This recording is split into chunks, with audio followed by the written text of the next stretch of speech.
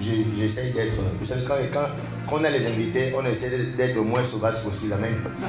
Quand on est entre nous, on peut bien... Hein, quand il y a les invités comme ça, il faut se comporter un peu. Le thème que j'ai ce matin est intitulé Jésus qui sauve et guérit. Amen. Amen. Amen. Et ton voisin, Jésus sauve, et Jésus guérit. Donc je vous souhaite la bienvenue à l'église de l'évangile Foursquare. Donc à la grâce de Dieu, je suis le pasteur principal de la mission au niveau du Gabon. Et je suis le président national. Et le pasteur principal, elle est chez les enfants. Donc je suis très honoré d'être parmi vous. Et Foursquare, en anglais, veut dire 4. Et lorsqu'on parle des 4, vous voyez là, ça représente les quatre ministères de Jésus, ou les 4 manifestations du ministère de Jésus. Ces manifestations font référence aux 4 évangiles. Nous avons l'évangile de Matthieu, Marc, Luc et Jean. Et notre église est fondée sur le ministère de Jésus. Donc nous avons Jésus qui sauve, Jésus qui guérit, Jésus qui baptise du Saint-Esprit, Jésus le roi qui revient, qui sont représentés dans ce logo. Amen. Dis à ton voisin, ce n'est pas la franc-maçonnerie. Amen. Yes. Donc on a essayé de compresser, de faire entrer Jésus-Christ dans ces 4 logos. Et c'est pourquoi ce matin, je vais vous présenter les 2 manifestations, ou bien les 2 fonctions, ou les 2 résultats résultants du ministère de Jésus. Jésus sauve, Jésus guérit. Et c'est très important de nos jours de comprendre pourquoi Jésus est venu. En tant qu'Église et chrétien, aujourd'hui, les chrétiens ou l'Église, aujourd'hui, va dans tous les sens. Et nous sortons même de ce pourquoi Jésus est venu. Amen. Et je voudrais nous informer. Quand on regarde la vie de Jésus, on va se rendre compte que Jésus est venu pour le salut et la guérison des gens. Amen. Amen. Amen. Jésus n'est pas venu régler le problème de l'électricité dans ton village. Amen. Il n'est pas venu construire les routes. Amen. Il n'est pas venu régler les problèmes sociaux, politico, économiques. Alléluia. Amen. La preuve, quand Jésus est venu, certainement il y avait des problèmes de route à Jérusalem. Certainement il y avait des problèmes d'électricité. Il y avait tous ces problèmes politico, économico, d'accord, qui de son temps. Mais on va se rendre compte, quand Jésus va partir, tous ces problèmes seront encore là. D'ailleurs, même ses disciples, ils vont tellement croire qu'il est venu régler ces problèmes. Et ils vont dire, mais Seigneur, tu pars là, mais tu vas revenir quand pour régner? Ils étaient HS, dis-moi HS. Et beaucoup de chrétiens sont HS de ce pourquoi Jésus est venu. Alléluia. Jésus n'est pas venu pour régler les problèmes sociaux de ce monde. Jésus est venu pour sauver les gens. Amen. Dis ton voisin, Jésus est venu pour te sauver. Jésus est venu pour te sauver. Il n'est pas venu pour être le président du Gabon. Alléluia. Amen. Il n'est pas venu pour construire les échangeurs. Alléluia. Amen. Parce qu'aujourd'hui, on va dire non, mais vous les chrétiens là, pourquoi le pays est pauvre? Mais Jésus n'est pas venu pour construire le pays. Amen. Amen. Amen. Et du coup, le monde a tendance à nous influencer que, mais votre Jésus là, pourquoi il y a la misère? Jésus n'est pas venu pour régler la misère. D'ailleurs, il va dire à ses disciples, vous aurez toujours les pauvres avec vous. Amen. Alléluia. Amen. Yes, donc en tant que chrétien de 2025, nous devons être très intelligents parce que il y a celui qu'on appelle l'antichrist arrive. La bête arrive. Et la Bible dit, dans les derniers temps, certains vont abandonner la foi. Alléluia. Pourquoi? À cause de la pression du monde, à cause de ce que le monde va réussir à persuader les enfants de Dieu, de ce que ça en quoi ils croient, c'est du pipeau. Amen. Amen. Et les gens qui vont réussir sont les gens qui ont été HS de leur foi. Donc c'est pourquoi en tant que pasteur, il est important pour nous de vous rappeler, les anciens, comme on a vu dans l'esprit, vous enseignez au sol, hein, s'il n'y a pas de place, vous laissez les invités et puis vous asseyez sur le tapis. Ah, alléluia. Amen. C'est bon? C'est bon, non? Yes. Yes.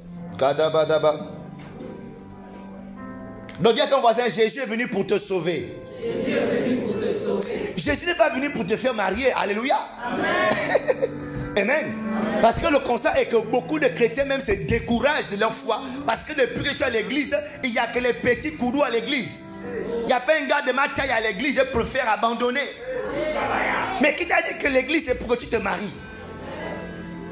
Alléluia. Yes. L'église, certes, tu vas te marier, c'est pour ton bonheur, c'est pour ta stabilité, c'est pour ton bien-être. Mais Jésus n'est pas venu pour te trouver un petit bacotard comme mari. Amen. Amen. Yes, Jésus est venu pour te sauver de quelque chose de fort. Amen. De quelque chose que aucun billet de banque ne peut résoudre. Amen. Alléluia. Amen. Yes. Et nous voulons que nos chrétiens, vous le sachiez, quand pour vivre votre chrétienté, pour bien vivre votre chrétienté, vous devez dissocier Jésus du fait de résoudre les problèmes socio-économico-politico. Dès que vous avez réussi à lever ça, amen, l'apôtre pourrait déclarer: qui peut me séparer de l'amour de Jésus-Christ? Qui peut? Est-ce que c'est la faim? Est-ce que c'est la mort? Est-ce que c'est toutes ces choses? Non, personne ne peut me dissocier. Pourquoi? Parce que Paul avait bel et bien compris que mon engagement à Dieu n'a rien à voir avec ce que je mange. D'ailleurs, le Seigneur va dire quoi? Ne vous inquiétez pas de manger. Ce sont les païens qui s'inquiètent de ces choses. Amen. Elles sont ensemble. Amen. Donc tu dois bien comprendre que ta foi, ta marche chrétienne n'a rien à voir. Ou bien la venue de Jésus dans ce monde n'a rien à voir qu'on doit construire l'échangeur au Carrefour Camp de Gaulle. Oligui le fait très bien déjà, mon Dieu. Amen. Amen. Oligui est en train de travailler déjà. Est-ce que tu penses que Jésus va se rabaisser à construire? Amen. Amen. Oh non, les gars, les Chinois, ils n'ont pas Christ, mais ils ont des immeubles, leurs routes sont bien construites. Mais vous les Africains, depuis vous avez votre Dieu là, vous êtes un abruti. Mais qui vous a dit que c'est Jésus qui construit ou pas un pays? Dieu a déjà assez équipé l'être humain pour pouvoir se déployer. Amen. Donc Dieu n'a pas besoin de rentrer dans ce domaine pour pouvoir travailler. L'homme est déjà intelligent, est déjà assez fort, d'accord, pour pouvoir faire ces choses. Amen. Mais il y a des choses que l'homme ne peut pas faire. Amen. Que seul Dieu se peut faire. C'est pourquoi la Bible dit quoi? Il s'est formé un corps. Il est venu dans ce monde pour venir résoudre ce qu'aucun homme ne peut résoudre dans ta vie. Amen.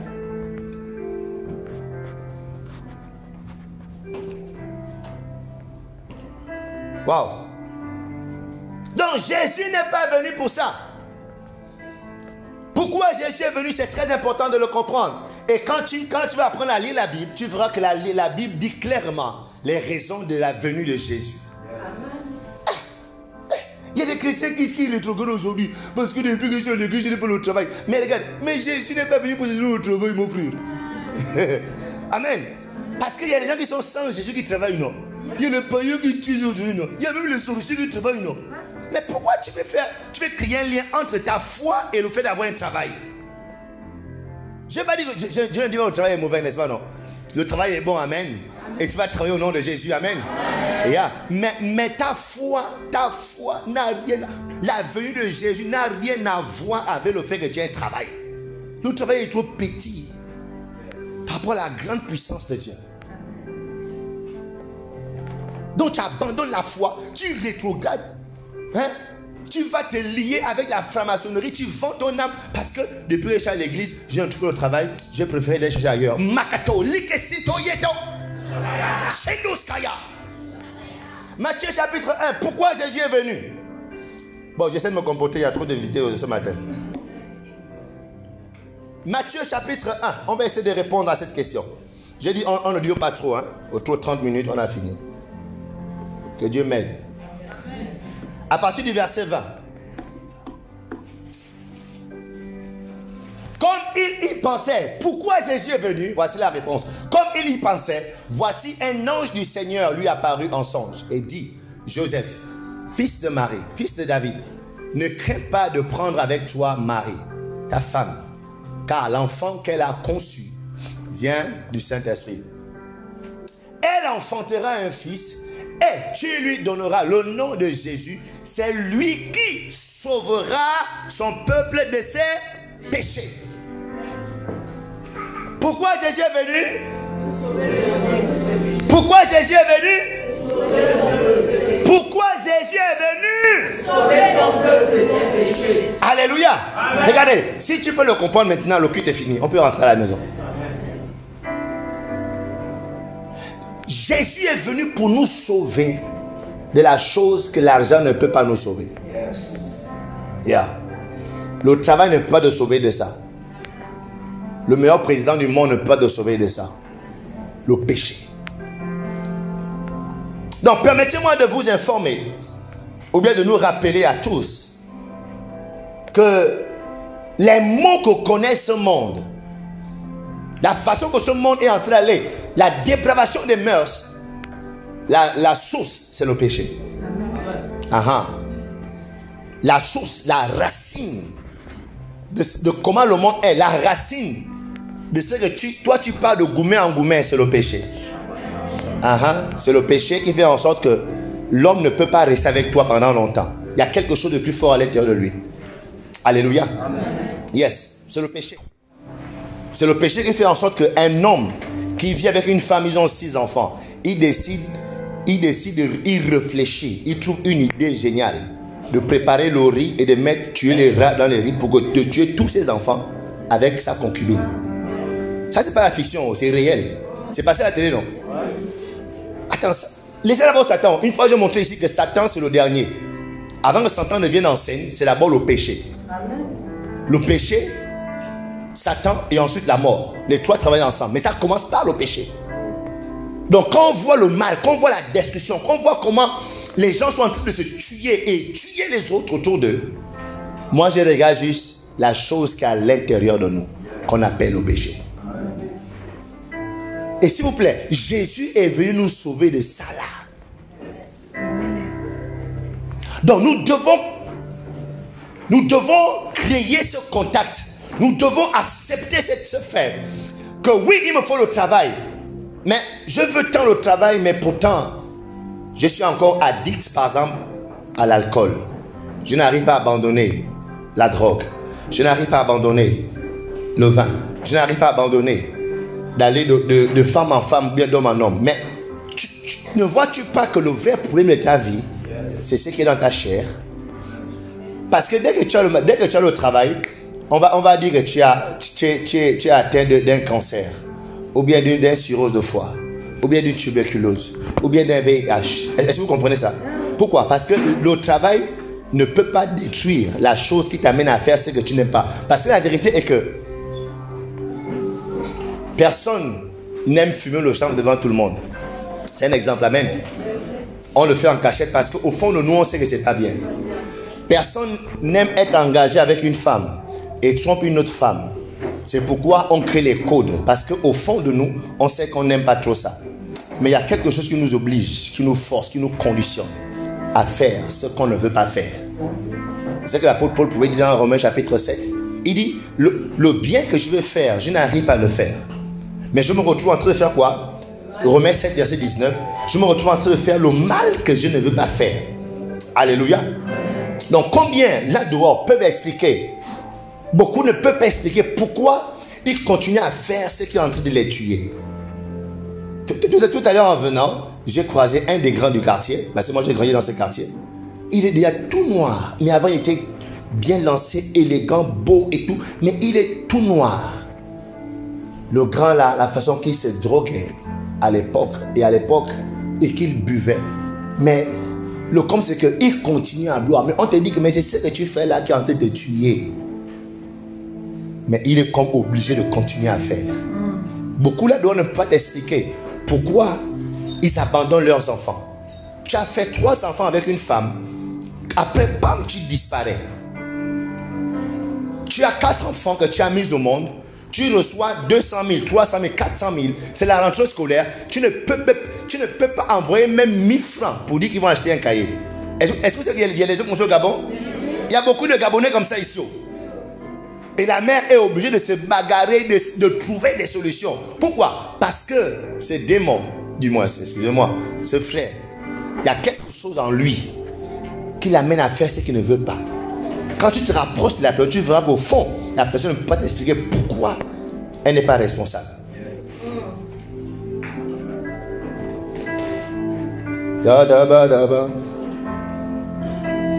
Combien sont ces chrétiens qui ont compris l'amour de Dieu et qui ont accepté l'amour de Dieu et ont décidé d'attraper l'amour de Dieu, mais malheureusement se retrouvent à faire ce qu'ils ne veulent pas, se retrouvent à s'absenter, à disparaître. Quand tu leur poses la question, ils ne peuvent pas te répondre. Pourquoi? Je sais que je suis appelé. Beaucoup de chrétiens j'entends souvent, tu es appelé, je sais que je suis appelé. Mais pourquoi tu ne t'engages pas? Il y a quelque chose. Il y a ton voisin, il y a quelque chose. Yes. Il y a des gens qui ont des grands appels à l'intercession. Eux-mêmes, ils peuvent sentir qu'il y a un feu en eux. Mais quand ils essayent, pam, quelque chose les ramène. Il y a des gens que Dieu a appelés depuis leur enfance à le servir. Tu vas voir, cette semaine, ils essayent. Mais après, la semaine prochaine, ils se retrouvent. Il y a quelque chose. Amen. Et en tant que chrétiens, nous devons comprendre que c'est pour cette chose que Jésus-Christ est venu. C'est de cette chose que Jésus-Christ est venu nous sauver. Alléluia. C'est très important de le comprendre. Et ça va te permettre à mieux prier, à mieux t'attacher à Dieu et à ne pas lier ta relation, ta chrétienté au fait que tu as mangé ou bien que tu n'as pas mangé. Au fait que tu as eu l'argent pour partir à l'école ou que tu n'as pas eu l'argent. Au fait que, d'accord, tu as acheté les mèches ou pas. Amen. Une fois, il y a un certain ministre de cette nation avait dit que les Gabonais, ce sont les chômeurs pour VIP. Ou bien un truc comme ça là. Il vit au-dessus de moi, c'est ça? Il mange au-dessus de moi. Ça dit, le chrétien pleure. Pas le chrétien, le Gabonais. Oh, je souffre. Mais il dit qu'il souffre, mais il a Canal+. Comment tu souffres, puis tu as Canal+? Canal+, comment? Canal+, c'est 25 000. Tu trouves 25 000 ou par mois pour dire que tu souffres? Alléluia. Je voudrais nous interpeller, les amis, s'il vous plaît. Ne nous trompons pas. Jésus-Christ, sa venue sur la terre, c'est nous sauver du péché. Amen. Amen. Et dans Ésaïe chapitre 59, Dieu dit que non, sa main n'est pas courte pour nous sauver, ni son oreille sourde pour nous entendre.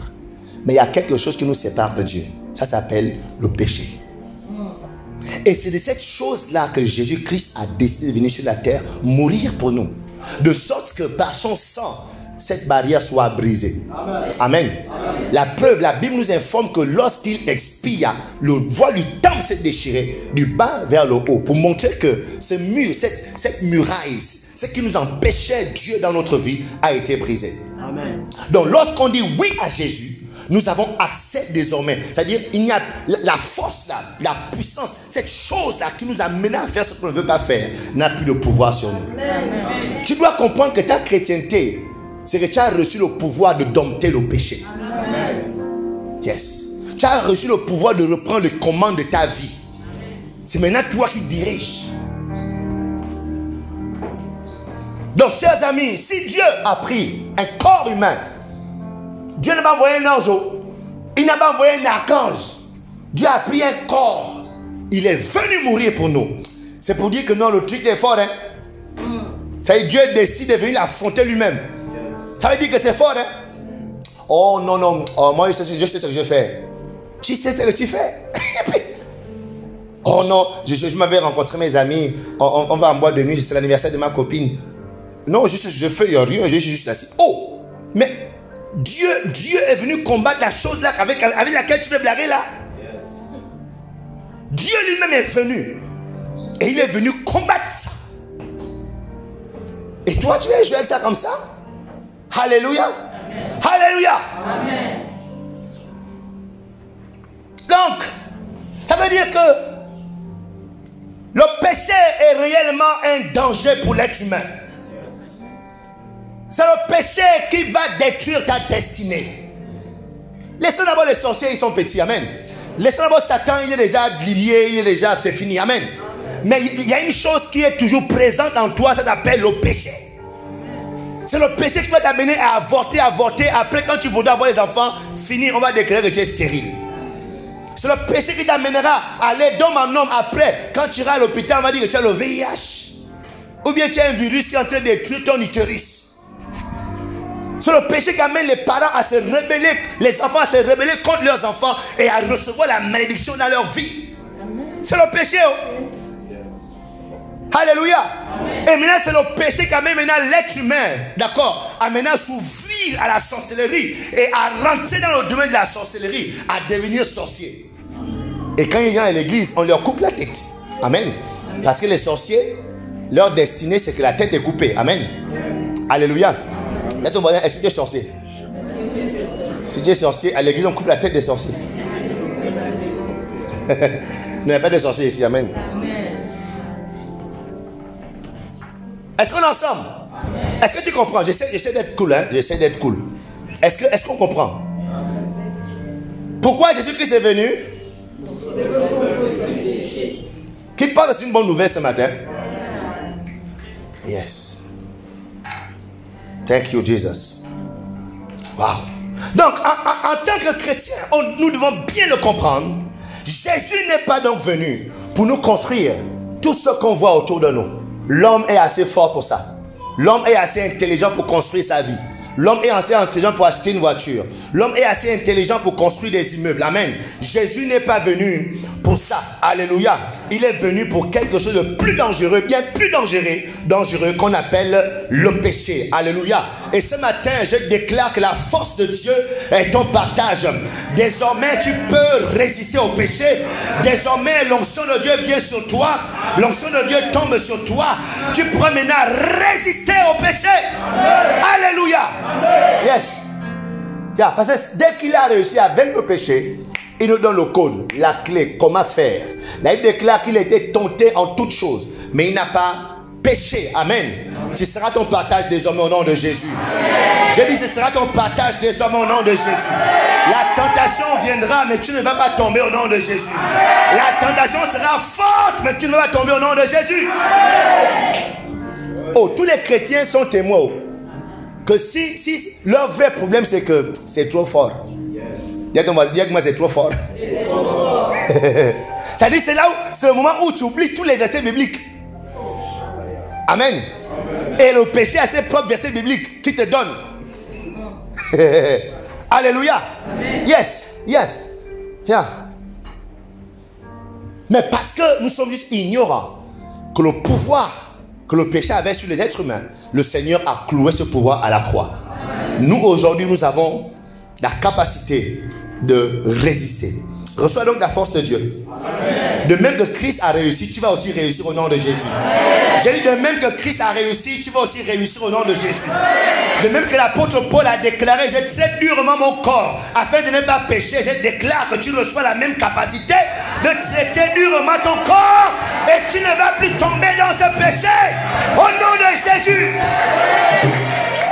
Alléluia. Amen. Je vous dis, c'est le meilleur message de toute ta vie. Yes. Comprendre que la chose là qui tue les êtres humains ne peut plus te tuer. Amen. La chose là qui divise les familles ne peut plus te diviser. Amen. La chose là qui amène les gens à devenir fous, les gens à devenir malades, tu ne peux plus t'amener à devenir malade ou bien fou. Amen. Le péché. Donc deuxièmement, Jésus le Sauveur peut nous sauver de nos péchés par la puissance de son sang. Amen. Yes. Par la puissance de son sang. Comment? Par le sang de Jésus nous sommes sauvés. Parce que Jésus-Christ est venu nous sauver. Mais de quoi? Du péché.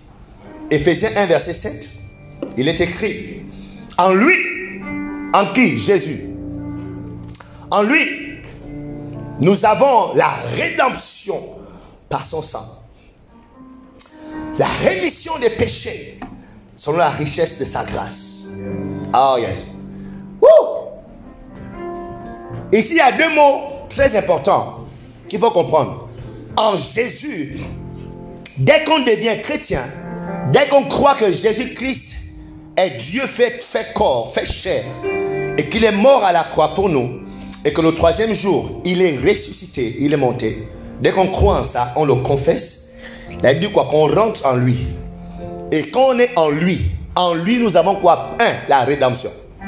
2, la rémission. Et lorsqu'on parle de rédemption, La rédemption, c'est le rachat. Amen. Amen. On a été racheté de quelque chose. Ça veut dire qu'au départ, on avait un propriétaire, mais on était vendu. Hein? Et du coup, le même propriétaire est revenu pour nous racheter. Alléluia. C'est comme tu as un enfant, ou bien quelqu'un te vole ton téléphone, c'est ça? C'est ça, non? Il te vole le téléphone et il va où? À la gare routière. Amen. Amen. Il va vendre ton téléphone à la gare routière. Et quand il vend ça là-bas, à l'intérieur de ton téléphone, il y a toute ta vie. Il y a tes images, c'est ça, non? Tes vidéos, tes conversations. Il y a même tout ton répertoire. Ok? Donc ici, l'acheteur de la gare routière, c'est lui qu'on appelle le péché. On était vendu au péché. Amen. Amen. Et ce dernier, il peut maintenant faire de ton téléphone tout ce qu'il veut. Il peut faire des informations qui sont à l'intérieur, ce qu'il veut, n'est-ce pas, non? Il est maintenant le nouveau propriétaire, vu qu'il a acheté le téléphone. Amen. Yes. Et il est tellement propriétaire qu'un jour, notre responsable ici, on est là, nous a partagé quelque chose. C'est que une de ses sœurs a perdu, je veux parler de ça. Une de ses sœurs a perdu son téléphone. Et la sœur, quelqu'un a volé ou bien ramassé. Et le gars, il est maintenant le nouveau propriétaire, non? Il a décidé de prendre tous les numéros de téléphone et demander l'argent à tout le répertoire. Et curieusement, et heureusement pour lui, il avait la chance que la fille là, elle était très aimée dans sa famille, très aimée dans son entourage. Donc dès qu'ils ont vu le message de la fille, ils ont dit, oh, elle a quel problème? Et les gens ont commencé à envoyer l'argent. Ah, même ma responsable aussi a envoyé l'argent. Tu as envoyé combien? 80 000.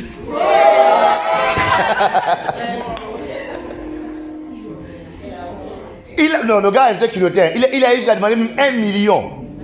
Mais ce qui a sauvé le couple là, qui doit avoir 1 million, ils ont dit que 1 million c'est quand même grand. Viens, passe à la maison prendre. C'est là où ils ont été sauvés. Donc, ici, il est le nouveau propriétaire. Il peut faire cette époque ce qu'il veut. Il peut utiliser les contacts comme il veut. Amen. Donc, la Bible dit quoi? On était vendus au péché. Notre ancien propriétaire, il pouvait faire de nous ce qu'il voulait. Il peut faire de ta main désormais ce qu'il veut. Mais normalement, ta main n'a pas été créée pour que tu te caresses. Il ne faut pas suivre. Ta main n'a pas été créée. Donc, mais le nouveau propriétaire peut prendre ta main pour que tu te caresses. Alléluia. Amen. Le nouveau propriétaire fait maintenant aujourd'hui en sorte que l'homme, mon frère, lève-toi un peu, viens un peu, pardon, viens un peu devant. Voici un garçon par exemple, soudainement, comme tu es un nouveau propriétaire, il va dire non, il ne faut pas suivre. Ton pénis là, on va le changer. Coupe-le, on change et puis on met dans le vagin. Tu peux faire ça. Mais... tu ne peux pas faire ça. Attends. En tout cas, ok, merci. Il ne peut pas faire ça. Amen. Mais attention, on ne s'appartient pas. On appartient à ce qui est à l'intérieur de nous, ce qu'on sent. Ça veut dire, quelque chose va se passer dans ta vie. Soudainement, tu commences à avoir des inspirations bizarres. Alléluia. Soudainement, tu décides que, oh non, les hommes aiment tous les métis. Tu vas à la gare routière, tu vas acheter de la béninoise, tu prends toutes les crèmes possibles, tu changes la peau. Faut pas suivre, c'est pas toi, ce n'est pas toi, c'est la chose dans ton corps là. C'est ton nouveau propriétaire qui te fait croire que pour être attiré par les hommes. Mais pourquoi tu veux être attiré par les hommes? C'est encore lui qui veut t'amener dans la prostitution. Mais l'objectif, c'est la mort, la destruction de ta vie. Yes. Dès que vous voyez une jeune femme en train de vouloir changer de peau, c'est que la jeune femme a décidé de devenir une prostituée.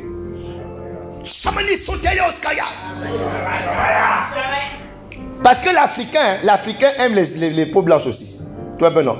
Depuis qu'elle est un peu noire, une bombe pour nous là, il y a personne ne la siffle. Elle marche là, personne ne la dit non. Et puis elle a une amie qui est un peu brune là, tu vois, non. C'est elle qu'on siffle, elle dit non. Ok, moi aussi je vais changer. Maman, mais change ta peau. Hein. Ta peau est magnifique. Amen. Yeah. Pourquoi? À l'intérieur de toi, tu as un nouveau propriétaire. Tu ne fais plus ce que tu veux. Il dit quoi? Je ne fais pas ce que je veux. Romains 7. Je ne fais pas le bien que je veux.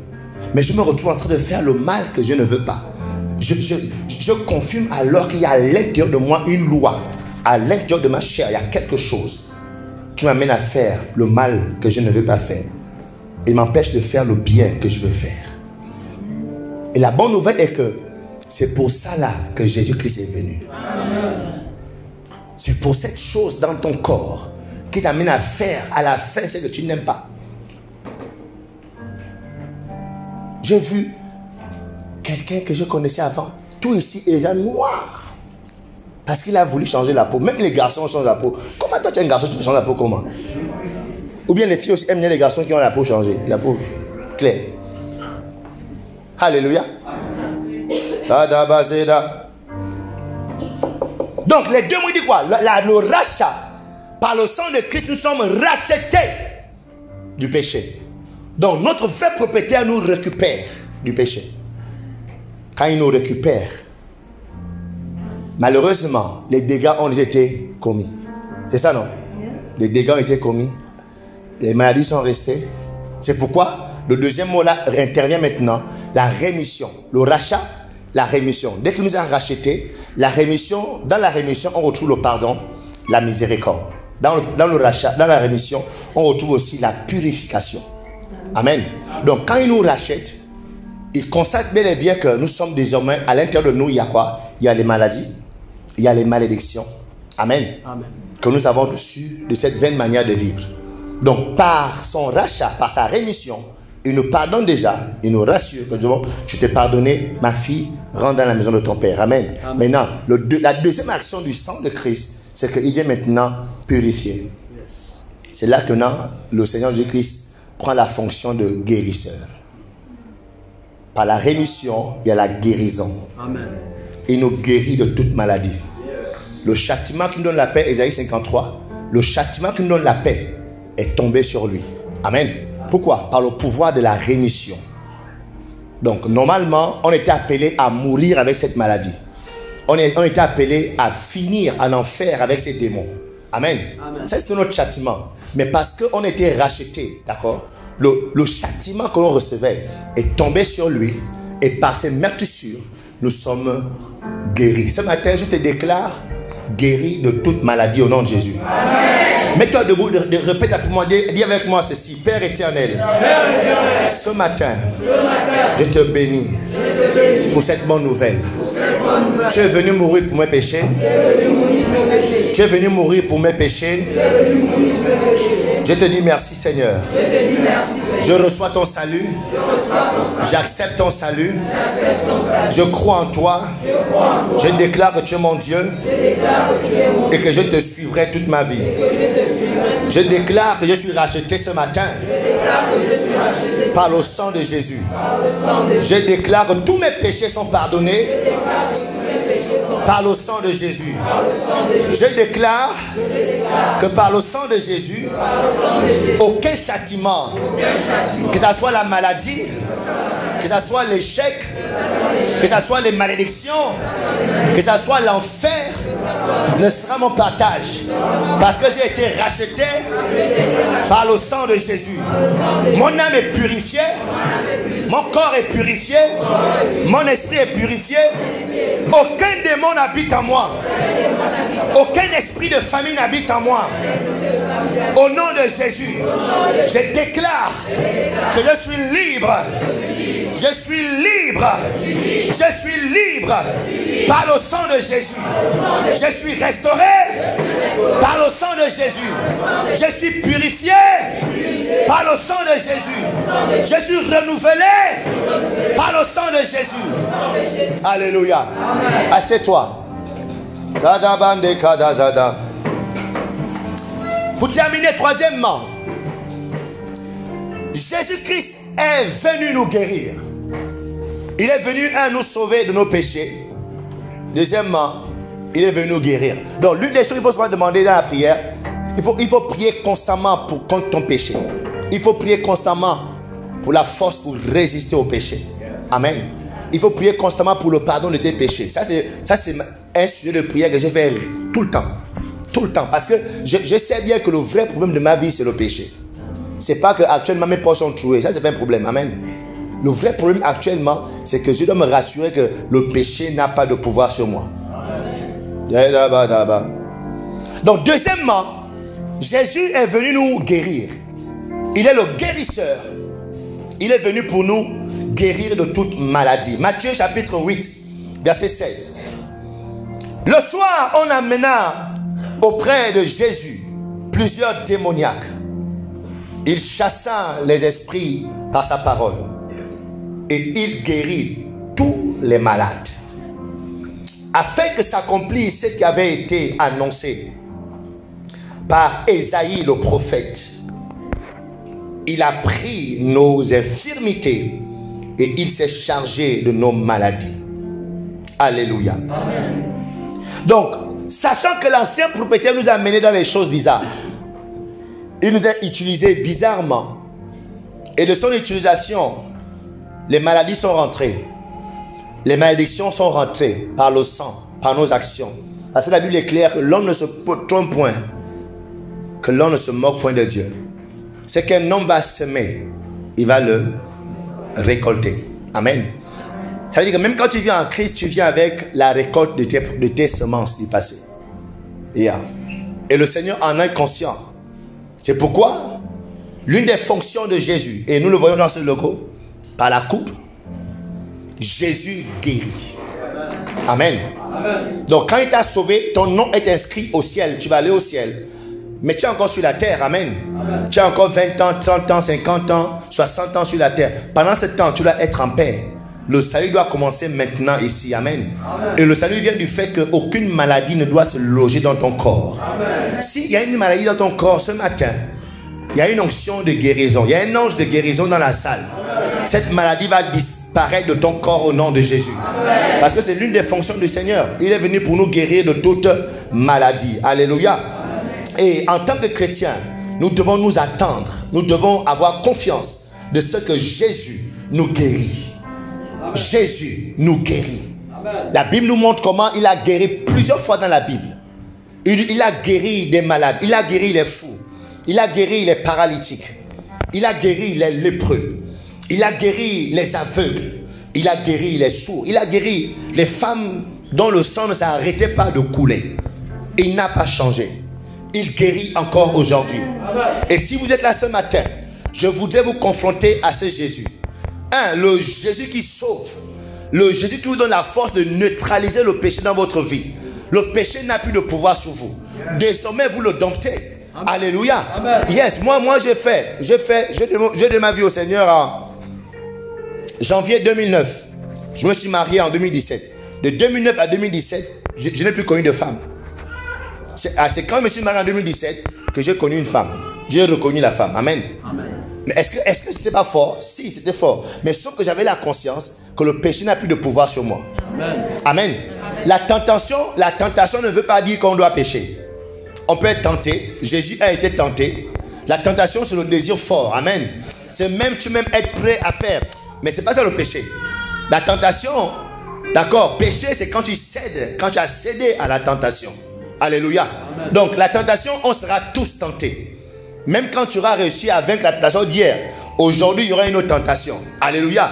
Mais ici, l'information que je veux vous accorder aujourd'hui, c'est que ayez juste à l'esprit que peu importe les multiples tentations, vous avez la victoire. Amen. Vous pouvez les dompter. Vous pouvez vous garder pur. Amen. Amen. Vous pouvez marcher droitement en honorant Dieu dans votre vie. Alléluia. Amen. Deuxièmement, on doit comprendre que Jésus-Christ est celui qui peut nous guérir de toute maladie. Donc quand tu as une maladie dans ton corps, quand tu as une maladie dans ta vie, tu dois apprendre à espérer, à t'attendre au Seigneur. Même si c'est un démon qui cause cette maladie dans ton corps, le Seigneur Jésus-Christ chasse les démons. Et de ces démons qui partent de ton corps, la guérison va commencer.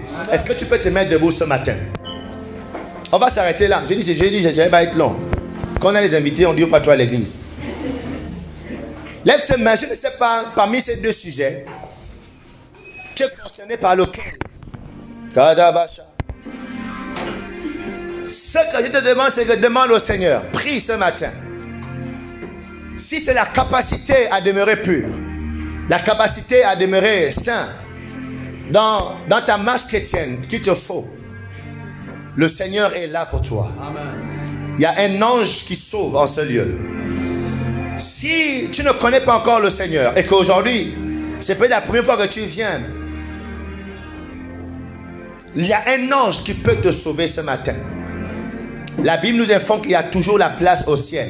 Il y a toujours la place à la croix pour toute personne qui décide de se repentir. Amen. Toi, tu peux prier cette prière et demander au Seigneur de te sauver ce matin. Si toi, c'est la maladie, tu es malade dans ton corps, dans ton âme, dans tes émotions, tu entends des voix, tu es tourmenté par les esprits, tu es visité la nuit. Tu vois les serpents, tu les vois nombreux, tu les vois s'enlacer sur ton corps la nuit. Jésus est celui qui guérit. Même si ça fait longtemps, même si depuis ton jeune âge, la Bible nous informe qu'il y avait une femme courbée depuis 18 ans. Elle était guérie de ce démon. Il y avait un homme paralytique pendant 38 ans. Il était guéri de sa paralysie. Donc, peu importe la durée de la maladie, Jésus guérit toujours. Jésus guérit aussi en pédiatrie. Les enfants ont été guéris. Les jeunes ont été guéris. Jésus peut te guérir ce matin. Il peut guérir ton enfant ce matin. Si c'est ton enfant qui est souffrant et que l'enfant est là, même si l'enfant n'est pas là, recommande l'enfant à Dieu. Jésus guérit les enfants. Jésus guérit de la démence. Le fou de Gadara nous a démontré que Jésus-Christ guérit aussi de la démence. Si tu as des voix, des réclamations de folie, Jésus-Christ guérit de la folie. Élève ta voix ce matin. Loge-toi dans ton sujet. Positionne-toi. Et il est là ce matin pour toi. Il est là ce matin pour moi. Élève ta voix maintenant. Élève ta voix maintenant.